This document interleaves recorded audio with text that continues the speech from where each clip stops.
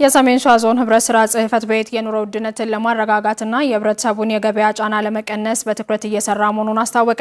ማህበራቱ ምርት በበቂ ሁኔታ እንዲያቀርቡም ወረዳዎችና ከተማ አስተዳደሮች አስፈላጊውን ተዘዋዋሪ ካፒታል እንዲመድቡ ክትትል ይደረጋል ተብሏል። በላይ ተስፋዬ ዝርዝር ዘገባ አለው። የህብረት ስራ ማህበራት ተቋማት የግብርናና የፋብሪካ መሰረታዊ ምርቶችን ለማህበረሰቡ በተመጣጣኝ ዋጋ ለማቅረብ ካላቸው የካፒታል አቅም በተጨማሪ በመንግስት በኩል በተዘዋዋሪ በጀት ይደገፋሉ።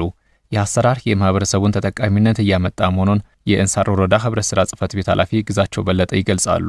1 ሚሊዮን ድጎማ ደጉመናል።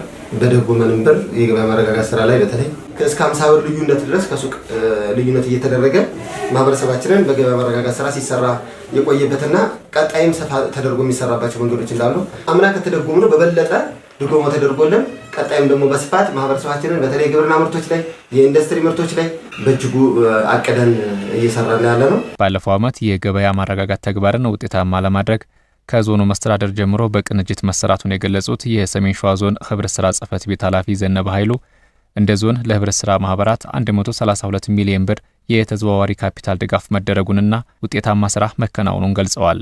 132 ሚሊዮን ብር ገብቶ በዚህ በ2018 በጀት ዓመት ሸማች ህብረት ስራ ማህበራት ላይ ሪቮልቭ እያደረገ ገበያ ለማረጋጋት የተጠቀምንበት ነው። ይሄ ከተዘዋዋሪ ወይም ደግሞ ከወረዳዎች ከከተማ አስተዳደሮች ለሸማች ህብረት ስራ ማህበራት የተገኘ ድጋፍ ነው። ሸማች ህብረት ስራ ማህበራት ሁለገቦችና ዩኒየኖች ደግሞ ወደ 650 ሚሊዮን ብር በላይ ከውስጥ ካፒታላቸው ተጠቅሞ ከ54000 ኩንታል በላይ ምርት ያቀረብንበት ሁኔታ ነው ያለው። በእንደዚሁ ዘይት ደግሞ ከ1 ሚሊዮን ሊትር በላይ ወደ 1 ሚሊዮን 126000 ሊትር አካባቢ በሸማች ህብረት ስራ ማህበራት በዩኒየኖች አማካኝነት እንዲቀርብ የተደረገበት ሁኔታ ነው ያለው። የህብረተሰቡን ችግር ትርጉም ባለው መንገድ ለመፍታትም ለገበያ ማረጋጋት የሚውል ተዘዋዋሪ የካፒታል ድጋፍ እንዲደረግም ክትትል ይደረጋል ነው ያሉት። በአንድ ከተማ በትንሹ አንድ ሸማች አለ። ሁለገቦች በጣም ብዙ አሉ።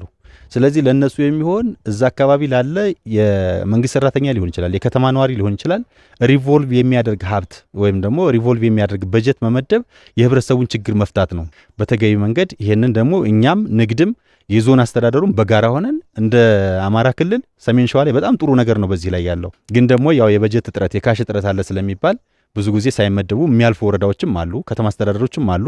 ይሄ በቀጣይ ተስተካክሎ እኛ እየተከታተልን ያለ ነው። ገበያ ማረጋጋትን በተገቢ መንገድ ሀብቱ ይመደባል፣ ተገቢ የሆነ የምርት አቅርቦትም ይኖራል ብዬ አስባለሁ። ባለፈው ዓመት በህብረት ስራ ማህበራት በኩል ከ1.8 ቢሊዮን ብር በላይ ግብይት የተፈጸመ ስለመሆኑም ተጠቅሷል።